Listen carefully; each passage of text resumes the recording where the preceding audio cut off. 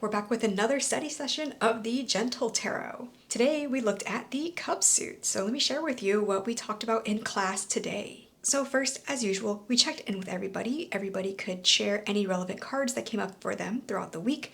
The two cards that I shared were the Ten of Thunder and the Four of Thunder. This is such a beautiful pair of cards.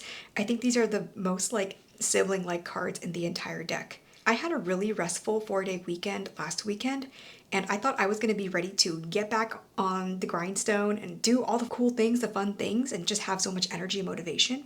But Monday, Tuesday, and a little bit of Wednesday this week, I felt very little enjoyment or excitement for anything. Even my normal hobbies and everything that I did normally just felt like too much of a burden. I'm just too tired to enjoy doing any hobbies. My hobbies don't feel very interesting for me. So I had to slow things way down. I spent like 5 or 6 hours laying on the couch on Tuesday evening, just scrolling on my phone. I normally only allow myself like 20 minutes to scroll every hour, and most of the time now I don't hit that limit.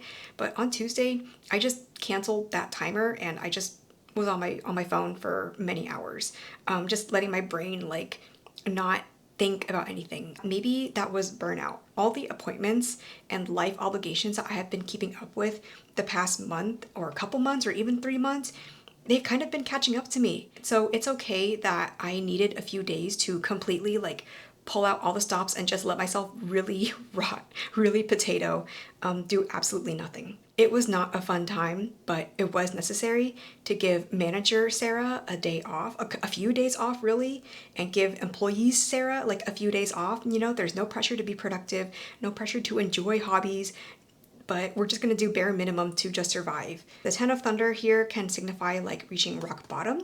It can signify burnout. I was able to scrounge together the energy needed to go to all these appointments and make all these phone calls, but mentally, it's such a struggle. It's so difficult, honestly, to go to all these appointments on time, to make sure I have all the materials, and to coordinate with the clerks and the staff. And honestly, I really don't like when people think I'm incompetent or unreliable. So now I understand that that is the mask that I put on so that I can get through these appointments easier. So that's what felt like a Ten of Thunder, just feeling like everything is really dark and nothing is joyful. And I just cannot pressure myself to feel joy either. So that's the Four of Thunder here too, just taking a real mental break. A lot of the things in my life require a lot of mental energy. Most of the time I enjoy it, but some things like finishing things, keeping things somewhat organized, that does require mental energy. So yeah, for today's check-in, these two cards felt the most relevant. And again, what a beautiful, cool pair of cards. I would be so curious to see a deck that features art just in this style, the silhouette style with dark backgrounds. And now, moving on to the Cups suit discussion. So as usual, we laid out all the cards and we took a moment to think of 1 to 3 keywords that best summarize the qualities of the suit. So if you'd like, you can pause the video now to glance over the cards for yourself. Come up with 1 to 3 keywords that you feel best describe the qualities of the Cups suit. We came up with a lot of keywords that actually were very connected and very overlapping. That has happened before in other suits, but I feel like for the Cup suit, the words felt even more connected. The word flowing came to me because I saw that there is flow in so many of these cards. In the Ace of Cups, we have flow here. There's water around the cup and around the cup here too. Two of Cups, we have water flowing out of the cups into these people's mouths. 3 of Cups, even though these cups are stagnant, there is the waterfall, so there's flow there. 6 of Cups, there's motion, there's flow here too, this water flowing down this stream. And even the 10 of Cups, I love this 10 of Cups compared to most other Rider-Waite-Smith 10 of Cups. We have water or rainbow flowing through the cups. Ideas, emotions, relationships, all the things that I associate with water with the Cup suit, they're never completely fixed at any moment in time. There's always movement. They're always flowing somewhere. So there is energy here. It's very different from the stone suit, for example. The qualities of water versus rock. The word cycles also came to me. In addition to the main bits of water in many of these cards, I also saw other forms of water too. So in the 3 and 4 of Cups, for example, there are water droplets coming out of these cups or falling out of the waterfall, however you think. There is rain here in the 4 of Cups. So in addition to the water in the cups, we have rain in the top corner. Streams or rivers can also signify cycles because you're moving from one place to the other. Maybe eventually you'll move back to the same place again. Rain here in the Nine of Cups too, just like in the Four of Cups in the corner. And again in the Ten of Cups, the water flowing through each cups. And I imagine the cups could also flip around and have the water all flow back to all the other cups. Another word I came up with was awareness or consciousness. Awareness, attention, it's basically what we are looking at, what we're choosing to focus on, and or what we're not choosing to focus on, but where our attention is just naturally gravitating. So like here, for example, maybe we are aware of these cups here, but we're choosing not to focus too much on them. The Five of Cups, our awareness, again, is not on these cups, but somewhere else. Six of Cups, we have awareness of each other because these two figures are facing each other. Awareness here in the 8 and the 9, looking at things, looking at this cup, looking at this flower. So yeah, awareness and consciousness. That was another vibe that I got from the cup suit here. Other keywords that the group came up with, we got motion, so similar to flowing, so just motion everywhere. Joe said refresh or purify. Water can dilute pollution. It can wash things away. So cups, water, whimsies, fancies, imagination, relationships, those can all help purify things, cleanse things. And in reverse, the opposite can be true too.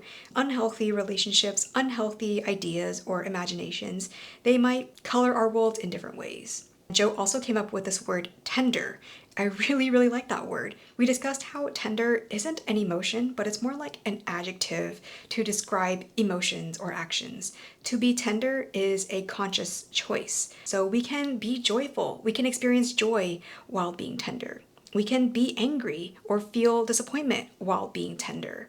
Other keywords that came up were community and relationships, whether it's relationships with other people or other beings or relationships with ourselves. I think that's depicted very well in the Cups suit. I really like doing this exercise as the first activity of looking at a suit because it gave us a moment to just look over the cards for ourselves and come up with our own conclusions, and notice things for ourselves, share what jumped out to us first instead of jumping right into hearing other people's opinions. So then, after assessing the suit as a whole, we picked out certain cards that stood out to us and just dove deeper into them. The past few weeks, we discussed like 3 cards. This time we got real sidetracked and only discussed 2. So the first card that I wanted to discuss was the Seven of Cups. I was very curious on what these different things signified in the card. So the big guidebook mentions that we have a sprout, a teepee, which can signify home, this blob. I was very curious on what this purple wormy thing was. Turns out it's a blob of negative thoughts, signifying unbalanced mental health. We have the flame, which signifies our truth. This steam here is our imagination. There's a butterfly representing growth and self-confidence. And lastly, the 7th cup is a golden egg. I don't know why eggs are funny to me. A golden egg signifies our material goals. Not only do we have 7 cups here, signifying 7 different options, 7 things to focus on, this person is pointing at and focused on the flame, the truth. And Mari writes in the guidebook that the most important thing to focus on or to come back to is our truth.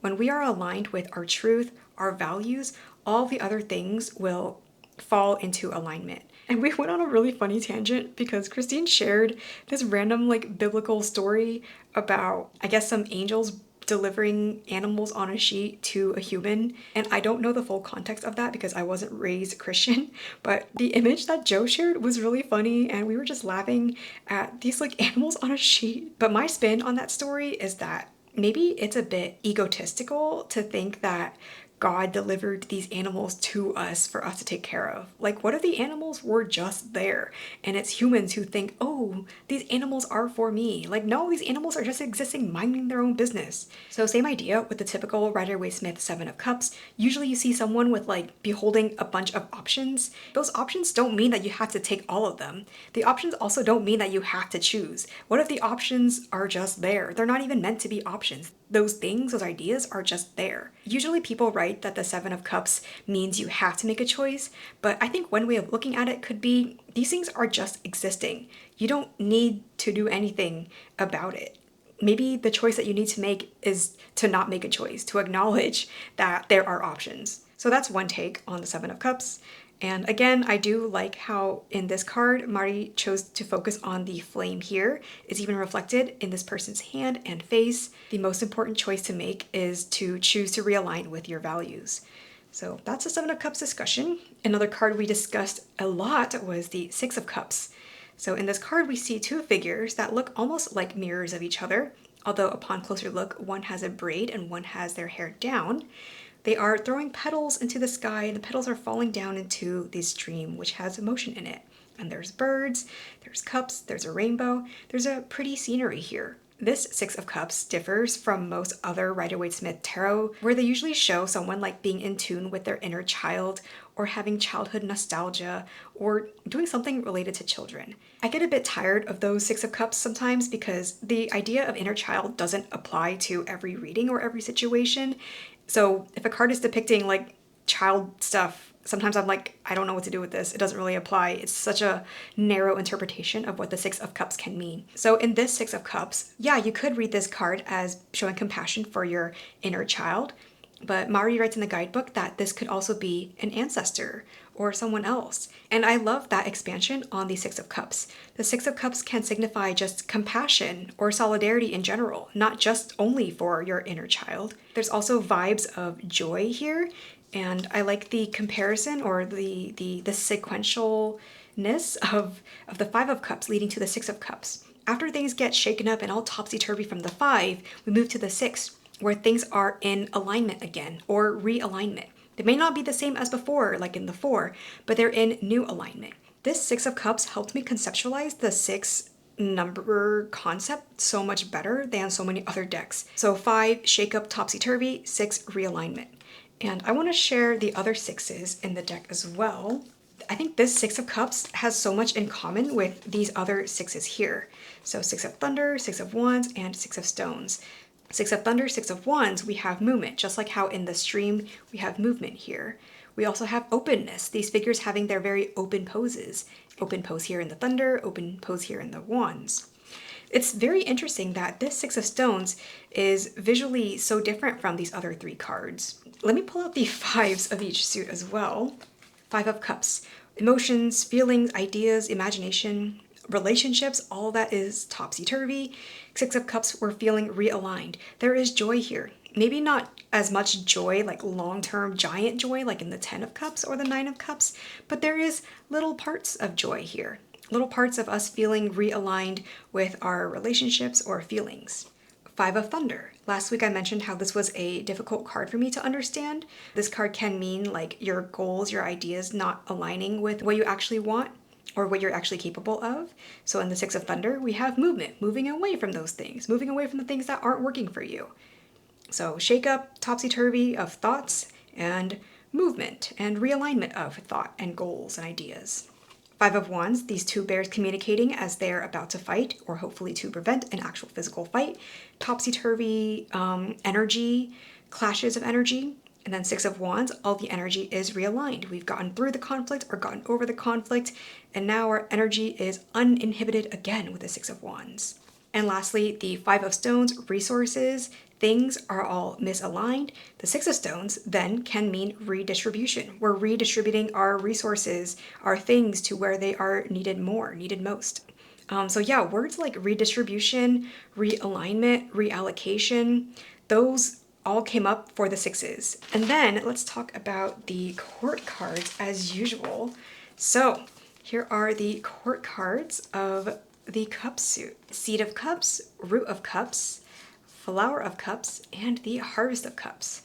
Let's see, what are the animals here? The Seed of Cups, we have an otter floating in the water here. The Root of Cups, we have a pregnant salmon. Flower of Cups, we have a sandhill crane. And the Harvest of Cups, we have a mountain goat up on this icy mountain.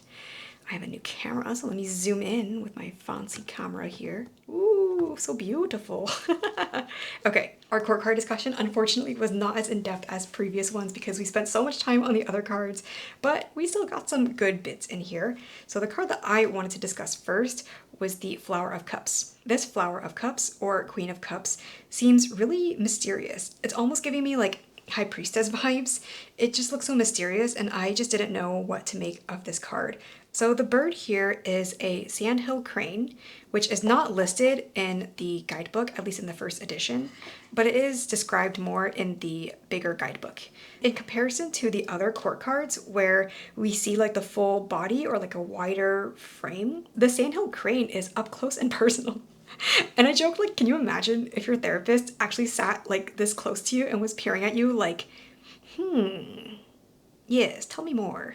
Their lack of like facial expression, it just feels really neutral. It adds to the meaning of just sitting with emotions and acknowledging them. There's no hurry to do anything about them. We're just here observing and being present and being slow with our emotions and how we feel in this moment. The seed and the root of cups are an interesting pair compared to the pairing of the flower and the harvest of cups.